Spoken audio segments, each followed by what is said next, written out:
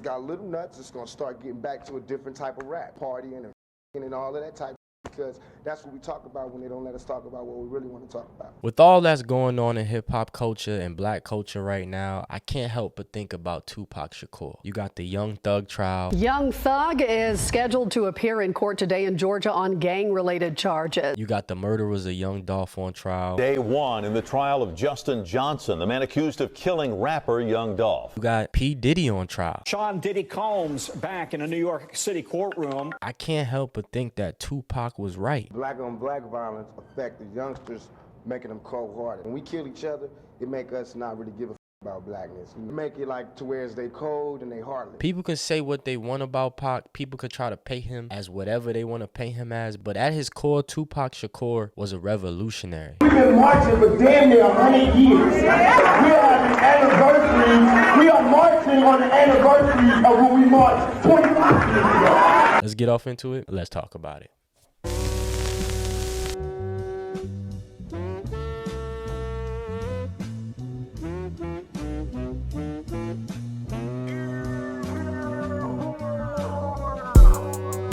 What's going on, everybody? It's your boy ReedMySole, and I'm back with another video for you. Hope everybody's doing well. Hope everybody is being blessed. Yes, if you're watching this, you on the right side of history. Get up, go make it an amazing day. And my favorite saying of 2024 is, I'm not here to be right, I'm just here to be me. And if you're looking for the right opinion, I don't really know where you can find that, but if you're looking for my opinion, you are in the right place. So what's going on, everybody? I want to talk about Tupac Shakur, man. I probably have been making this video since I was a little lad in 6th grade. I'm over 30 now, so, you know, I've been thinking about how I can pay homage and how I can show my love and respect for one of my favorite people in general, and that's Tupac. Remember, like two, and Pac like pocket. Lately, there's been a little bit of revisionist history about Tupac. You know, a lot of people, they like to kick Pac's back in because Pac, from what I'd like to think, took everybody, girl. Let's just keep it real. Pac was with everybody, girl. All the girls love Pac. Let's keep it real. Pac was one of the most famous people on earth at the same time of like Mike Tyson. I just want to talk about my personal experience with how I fell in love with the person that is Tupac Shakur. I don't idolize him. I loved his contribution to humanity. I feel as though outside of the beef and the drama and the negativity, Tupac's contributions to black culture was very, like, I don't even think people really understand it because at the time, everything was so gangster driven. When I say thug life, I mean that shit. Because these white folks see us as thugs. I don't care what y'all think. I don't care if you think you a lawyer, if you a man, if you an African American.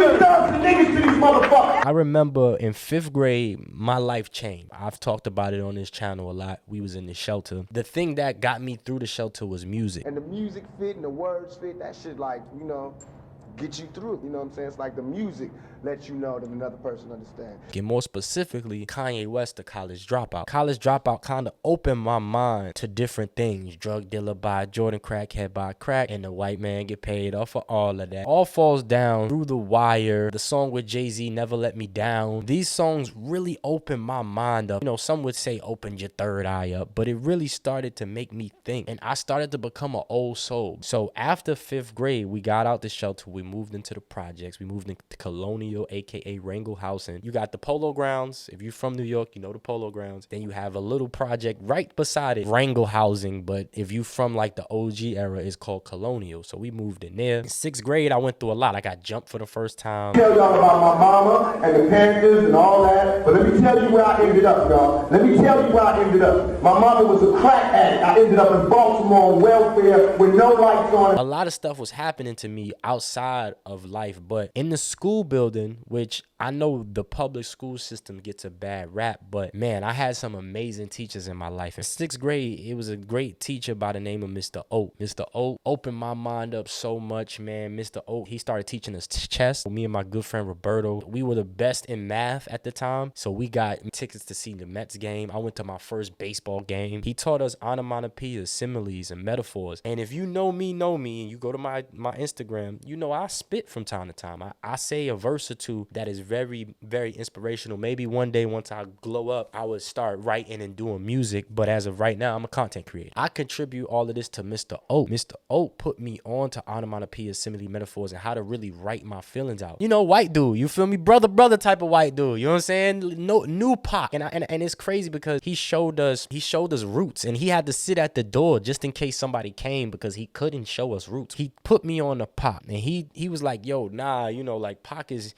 people try to paint Pac as this thug and as this gangster, but Pac in his core and his essence is a theater kid that comes from a revolutionary family. Baltimore has the highest rate of teenage pregnancy, the highest rate of AIDS within the black community, teens killing teens. So as soon as I got there, being the person I am, I said, no, I'm changing this. I started a Stop the Killing campaign. And now, of course, if you're on the internet, you know this. You know the Shakur family, Tulu Shakur, and all of the people that fall in that line with him. He told me, yo, this is when computers started to really be a thing, right? This is when computers started to enter in people's homes. It wasn't just something for rich people. It started to be in the New York public school system. Y'all remember the first Apple computers with the color, when Apple computers had color, and it had the big backs with the different colors on it, the blue and the pink and all of them different things. I would go on that, and he would tell me, look up this Pac interview. What we really want to do is get the pride back in the black community, because I feel like if you can't respect yourself, then you can't respect your race, then you can't respect another's race, then you can't respect... So I seen the Pac interview when he was 17, 18, and a lot of people like to bring that up. I think even Charlie Murphy said it when he was talking about the Prince story. The guy who looked the most like a bitch was getting all the women. If you wearing baggy now and you acting hard, you from LA, you motherfuckers was wearing some... In the 70s and the early 80s, you dressed and talked and talked like that. It was very avant-garde. If you look at the early hip-hop rappers, they were very avant-garde. They were wearing foxtails, and they had boots on, and they were, you know, they had these straps with their nipples out. It was very different back in the 80s. So I think a lot of people like to use that and be like, oh, Pac was an actor and this, that, and the third. And of course, yeah, like I've said in other videos, a lot of people don't understand the nuances to being black. When you speak to people, how you have to come off non-threatening and very comfortable. Shit changed me. I used to be a cool mother. I used to be cool. I used to be happy. I used to talk good. I used to talk without cursing. I used to walk, you know. But goddamn, they done took Latasha. They done took Yusef. They taking out niggas younger than me, man. To see Pac then, I fell in love with that. I was like, oh, this man is very inspirational. So for me, like Muhammad Ali and Kanye, I respect them more for what they did outside of the ring. And what I mean by that is I respect them more for the things they spoke up on when it wasn't about music and it wasn't about selling you a product, when it was about being a human. I see myself changing the world because my thought patterns are so opposite of what's the norm. So I would have to change the world, or I have to be changed by the world. I fell in love with the human that was Pac. And then eventually, Brenda's Got a Baby, Keep Your Head Up, Changes, Blasphemy. Oh my goodness. Pac was definitely a feminist. Like, he was like, God is coming back. She just taking her time. You know, this was in the 90s where these ideas and concept wasn't as popular for a man to say. I mean, saying God is a woman still isn't popular today. I'm on some survival shit. Whether you a girl and you got 3 kids, you trying to go to school and work and make it. That's Tupac. So to hear Pac talk like that on songs like Blasphemy, Brenda's Got a Baby, you know, this is when I started to understand from Kanye to now in 6th grade, I'm really falling in love with Pac. I feel as though I'm cheated because instead of me fulfilling my prophecy, I have to start one. Instead of me, you know, doing a good job and carrying on the empire, I have to build one. I'm understanding that I'm a conscious individual. And one day I was talking to my wife's cousin, and he was telling me, you know, we talk about conspiracy theories. Most of the time, conspiracy theories end up to be true. Look at what's going on with Diddy. We knew for a long time Diddy was on some funny money stuff. We've known, especially being from Harlem, like Future said, Diddy a weirdo. Pac called all of this. You got seduced by the power, not because he's an evil person, but because money is evil if it's not handled right. My wife's cousin said the conspiracy is they got rid of Pac. Look at the leaders of hip hop to this day. All of these people had a little bit of a beef with Pac. Jay-Z, he called out Dre, called out Diddy. These are the 3 biggest titans. If you think about the big 3, besides Cash Money, the big 3, Kendrick going through the Dre family tree. You got J. Cole going through the Rockefeller Jay-Z family tree. And then of course Cash Money is the only difference. But if you start looking at some of the inner workings of that, you'll understand where that goes to as well. We out here trying to help our people make money. We trying to get out of this 3-strike circle they got us in. Overthrow the government y'all got right now, which is Bad Boy and Nas and all that bullshit, and we will bring a new government here that will feed every person in New York. Now, of course, we know Pac is coming out now. KVD and all of these people, it was some gangster stuff Pac got caught up in. But I feel as though Pac in his core called all of it. The interview when he's in the gun range that I posted earlier, he says it. If we allow other people to come in and take this over, it's going to be what we see today. We got the Young Dolph murderers on trial talking about there was a $100,000 bounty on Young Dolph's head. They only got paid $800. Then you got the Young Thug case, which everybody's scared to talk about. And I wonder why they scared to talk about it. You see hip hop media dodging that Young Thug trial like crazy. It's all free Young Thug, free Young Thug, free Young Thug. But Diddy getting his back kicked in for being a creepy, freaky, old, nasty mug. You get what I'm saying? But people are avoiding that Young Thug trial. People avoiding trying to say Yo Gotti's name when it comes to Young Dolph, when we know that Black Youngster 100 times. I'm not snitching, but look at what hip hop culture is. Look at what it is. Niggas will kill you quicker than some of these crackers, and then they'll kill you but won't kill some of these crackers, you know what I'm saying, which kills me. I made a video about the big three. It's a very popular video right now, but my goal of that video, of my last 3 videos, about Wayne being on drugs and being on lean. The culture, that's what the culture is. Getting drunk, getting high, missing opportunity, like the Super Bowl. The big 3 was murdered. The culture killed the big 3. The negativity, the drugs, the violence, the hatred, the envy. Then I did the Lil Wayne video about him missing opportunities and not getting healthy and not getting clean. Trauma that is probably going through his head that he's not fixing. Then I did the Great Hip Hop Reset. All of those 3 videos are the core of what this channel is about. That's what ReedMySole is. Good kid in the mad city. If you know me, you know I have plenty of reason to crash out. But I'm trying real hard to be something other than just another nigga. I'm trying to do something bigger, better than what is expected of me. I'm trying to beat the odds. I'm trying to beat the statistic. And some statistics I got caught up in, and I'm not doing a good job at that. I'm failing miserably at certain things. But I put it all on this camera because I listen to Pac. I listen to what he said. He even talked about Donald Trump and the Richie Richies. Everybody back off. You know, everybody's like, you taught that from school, everywhere. Big business. If you want to be successful, you want to be like Trump, gimme, push. So many Pac interviews out there are just still relevant to this day. I think that when there's hopelessness, people revolt. Because it's like there's nothing else. Like, you know, it's like we're going, is America gonna help us ever? We hungry, please let us in. We hungry, please let us in. And then by the end of it, I'm picking the door, ticking the lock. You know, they throwing salami around. They got so much. Yo, Pac really shaped me into what's going on with black men in black America, right? And then Kanye. That's the reason why I love Kanye. I see so much Pac in Kanye. Kanye has even dressed like Pac on multiple occasions. To be a black man in America, man, is to be the most hated, the most loved, the most ostracized, the most alienated. Be like this. And they wonder why I went around calling myself a thug and a thug for life. Because we by ourselves. The most disrespected, the most at risk from your own people killing you. Gangs ain't nothing but tribes, you know, and a nigga cannot survive out here by himself. All I say is that the gangs be all black, you know, and be down for all black. And you look at trials like the Young Dolph trial, and let's not say Young Dolph, because Young Dolph is not on trial, but the murderers of Young Dolph are on trial. You look at the Young Thug situation, and it's like, why do we have so much pride in killing some of the most vulnerable people on the earth, which is black people? Making us crazy. That's what's making us kill each other. Because we really want to kill the police, but we scared, so we kill each other. You know, we got guns. We just scared to shoot the motherfuckers that's doing it to us. Why do we big stepper? You come out of jail, yeah, I did my time. But we don't respect the nerds. We don't respect the people that did it the right way. Right now, I got no connections to anybody. This is me all on my own. I paid for all of this. I spent money that I did not have on all of it. And I'm crawling to the top. My quality is some of the best quality out there. But because I'm not doing the academic stuff, I'm not doing the negative stuff, I'm trying to promote a message. That's what ReedMySole is. I'm trying to show you a black man that could very well be crashing out and could very well be selling drugs, spinning the block and doing all of that. I see a lot of tough, soft people, right? A lot of tough gangsters, tattoos. Kendrick Lamar talked about this on Mr. Morale and the Big Stepper. A lot of the trauma that's being hidden between, man, I could go all day. I don't want to sound like I'm preaching, but I see a lot of thugs that want to cry, that's hiding the real truth because they don't want to be honest and they don't want to address their trauma, so they crashing out, they spinning the block. And for me, that's what Pac was talking about. Of course, he got caught up in it. They stopped, 2 cops stopped me in front of my bed, hands up, talking about the whole routine for jaywalking. Not for coming out of the car with a gun. I wasn't strapped at all then. Now, I swear to God, you gonna...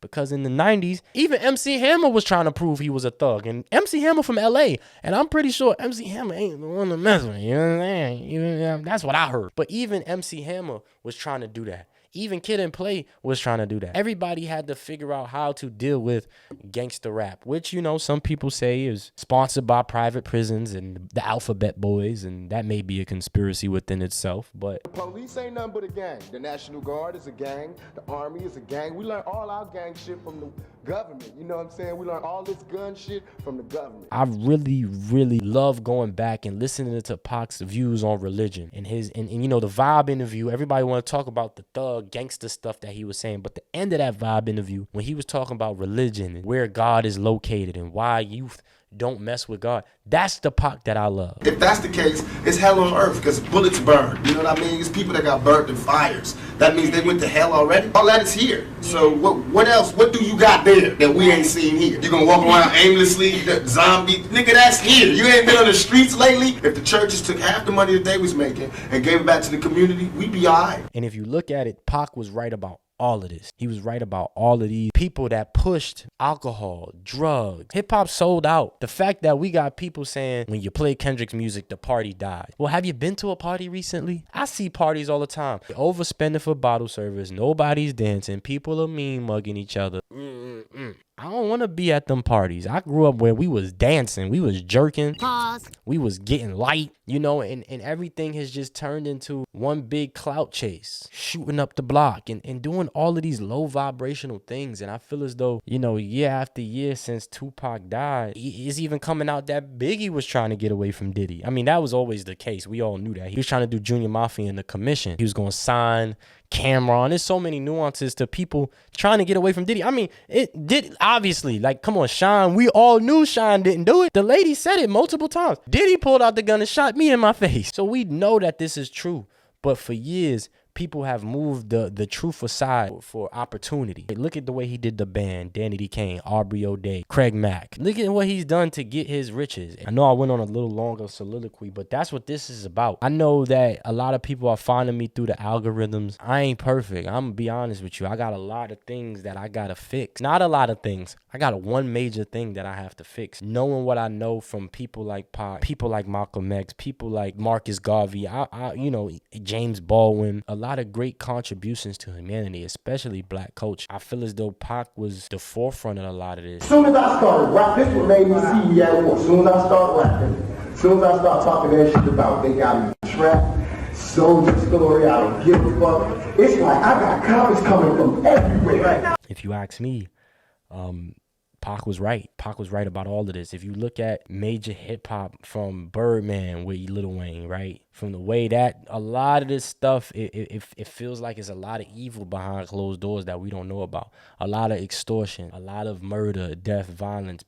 J. Cole said it. Just because you get a nigga bag don't mean you big and bad. It just means you rich and mad. I see it. And when Kendrick talk about watch the party die, and we talking about even the street dudes too, because they kill innocent people. It's like, yo, it's that time, y'all. It's that time. Learn how to go to the range and shoot. You can literally get you an AR, get you a pistol, and learn how to shoot. You don't need a switch. You don't need to shoot up the whole block. For me to even say that is crazy. Yo, if you're going to kill somebody over not signing with you, don't shoot up his car 100 times. And it's like, come on, bro. Like, what are we really doing, man? And like I said, I'm an old soul, yo. That's what ReedMySole is about. It's about showing you who I am on the inside and trying to change the world as best as I can. I built this platform so I can give it to the youth and I can give it to people out there to let others know that, yo, there are like-minded individuals out there that don't really respect what's going on in the culture. And I can understand why some people think hip-hop is the worst thing to happen to black people. Because for a lot of people, it is. Chasing success and